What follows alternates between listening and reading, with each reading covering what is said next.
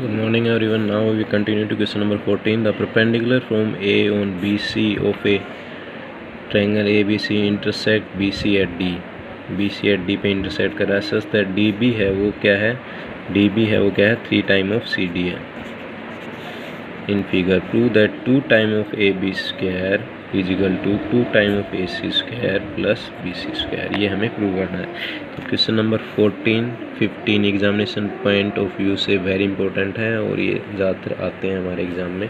Now see the solution how to do. देखो ये हमने एक डायग्राम यहाँ पे ऑलरेडी आपको गिवन है. ABC is right angle at given triangle ABC is right angle at A, AD perpendicular to BC, AD perpendicular to BC. Okay, तो see that हमें ये प्रूव करना है. देखो BC को क्या ले सकते हैं, CD प्लस DB ले सकते हैं. ओके, अब BD की जगह हम क्या ले सकते हैं 3 टाइम ऑफ CD. तो BC is equal to 4CD. तो CD को हम क्या ले सकते हैं, इस पोर्शन को क्या ले सकते हैं 1/4 ऑफ BC, 1/4 ऑफ BC. अब ये 1/4 है तो ये इधर वाला क्या होगा आपको पता ही होगा. 1 में से 1/4 निकाल दो तो ये क्या हो जाएगा 3/4 ऑफ BC. तो हमने इन दोनों को किस फॉर्म में लिख दिया, CD और DB को किसके फॉर्म में लिख दिया, BC की फॉर्म में लिख दिया. अब हमें क्या करना है, we have to apply Pythagoras theorem both the cases. पहले लेंगे ट्रायंगल ACD. अब ACD में पाइथागोरस थ्योरम लगाएंगे तो AC is equal to AD plus CD square, AD square plus CD square होगा. अब देखो यहाँ पे CD को इधर ले आए तो AC minus CD is equal to AD square, क्योंकि AD का कोई रोल भी नहीं है हमें. ठीक है, फिर दूसरा ट्रायंगल लिया हमने ADB. तो यहाँ पे देखो AB का स्क्वायर इन दोनों साइडों के स्क्वायर के इक्वल होगा AD plus DB square, AD plus BD square. Okay, अब यहाँ पे भी हम BD को इधर ले आए. अब देखो यहाँ से इन दोनों इक्वेशन को कंपेयर करें तो दोनों की राइट हैंड साइड इक्वल है तो लेफ्ट हैंड साइड भी इक्वल होगी. लेफ्ट हैंड साइड हमने इक्वेट कर दी AC स्क्वायर. अब CD को क्या लिख सकते हैं 1/4 ऑफ BC. यहाँ पे हमने CD को लिखा था तो यहाँ पे इसको 1/4 BC स्क्वायर अपॉन 16, क्योंकि 4 का स्क्वायर 16 हो जाएगा. AB स्क्वायर BD को क्या लिख देंगे, अब BD को क्या बताया था 3/4 B स्क्वायर. तो यहाँ पे स्क्वायर करेंगे माइनस है 9/16 हो जाएगा BC स्क्वायर. अब देखो AB को इधर रखना, बाकी सभी को इधर लेके जाते हैं तो ये भी इधर आ गया, ये भी इधर आ गया. तो AC square okay 8/16 BC square. इन दोनों को सोल्व कर लेंगे हम. ओके, क्योंकि ये दोनों क्या है लाइक टर्म्स हैं. तो 9 में से यहाँ पे 1 माइनस किया 8/16 BC स्क्वायर AB स्क्वायर. अब AC स्क्वायर ये कैंसिल आउट हो गया 1/2 BC square by 2 upon AB square. अब क्या करना है, हमें एलसीएम लेना है. तो 2 से इधर 2AC square plus BC square 2AB square. तो ये हमारा प्रूफ हो गया इस पार्ट का. नेक्स्ट मूव करते हैं question number 15. In an equilateral triangle ABC, D is point on the side BC such that BD is 1/3 of BC. Prove that 9 time of AD square is equal to 7 time of AB square. Important for examination point of view. Okay, एक बार diagram हम देख लेते हैं. इसमें हम कुछ construction करेगी. ABC is equilateral triangle in which BD is 1/3 of BC. Equilateral triangle हमें गिवन है. ओके, मीन्स तीनों साइड हमें ऑलरेडी गिवन है. That is AB is equal to BC is equal to AC. Okay, एक तो ये given हमें. ये प्रूव करना है 9 time of AD square is equal to 7 time of AB square. तो draw AE perpendicular to BC. अब AE हमने ये परपेंडिकुलर कंस्ट्रक्शन करनी पड़ेगी. Okay, perpendicular to BC. Okay, now BE और CE क्या हो जाएगा हाफ ऑफ BC. ओके, क्योंकि हमने ऊपर परपेंडिकुलर ड्रॉ किया है. BD equal to 1/3 of BC given है. तो DE निकालना है हमें. DE कैसे निकाल सकते हैं, BE में से BD माइनस कर दें, DE आ जाएगा. अब BE को क्या लिख सकते हैं BC/2 और BD को क्या लिख सकते हैं BC/3. यहाँ पे गिवन है तो इसका एलसीएम लेना पड़ेगा हमें. 3 में से 2 गए 1 और 2 और 3 का एलसीएम 6. तो ये आंसर आ जाएगा. तो DE को क्या लिख सकते हैं BC/6. फिर हमें क्या करना है, पाइथागोरस थ्योरम लगाते हैं ट्रायंगल AED में. AED में ये देखो 90 है तो AD square is equal to AE plus DE square होगा. ओके, तो AE को हमने इधर रखा क्योंकि AE का कोई रोल नहीं है क्वेश्चन में. बाकी इनको इधर ले गए तो AD माइनस DE स्क्वायर हो गया. तो DE को क्या लिख सकते हैं BC/6 का होल स्क्वायर. तो ये हमारी फर्स्ट इक्वेशन हो गई.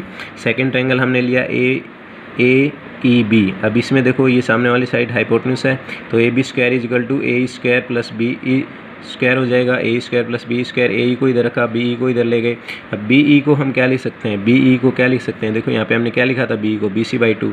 तो ये BC/2 का होल स्क्वायर AE. अभी इक्वेशन 2 हो गई. दोनों की देखो राइट हैंड साइड इक्वल है तो लेफ्ट हैंड साइड भी इक्वल होगी. तो कंपेयर करेंगे हम. Okay, AD square minus BC/6 का whole square is equal to AB square BC/2 BC/2 का होल स्क्वायर. अब यहाँ पे स्क्वायर करेंगे अब देखो यहाँ पे इक्विलेटरल ट्रायंगल था, तीनों साइडें इक्वल थी, तो हमें BC चाहिए नहीं, तो सबको हमने किस में चेंज कर दिया, AB में चेंज कर दिया, क्योंकि इक्विलेटरल ट्रायंगल है, तीनों साइडें इक्वल हैं, तो BC की जगह हमने क्या लिख दिया, AB, क्योंकि हमें क्वेश्चन में AB चाहिए, ओके, और AD चाहिए, यही रिलेशन आना चाहिए। AD को इधर रखा, बाकी सभी को इधर ले गए, इधर हमने क्या करेंगे, इधर इसको ओपन करेंगे, AB²/4 AB²/36। अब इन तीनों का एलसीएम क्या आएगा, 36। अब 36 लाने के लिए इधर 36 से मल्टीप्लाई करेंगे, इधर 4 9 36 9 से करेंगे, और इधर 1 से करेंगे, ये आ गया। फिर 28/36 AB², ये दोनों कैंसिल आउट हो रहे हैं, 7/9 AB²। अब क्रॉस मल्टीप्लाई करेंगे तो 9 AD² = 7 AB²। तो ये हमारा सोल्व हो गया question, and very important for examination point of view. Move to the next question number 16. What is given in question number 16?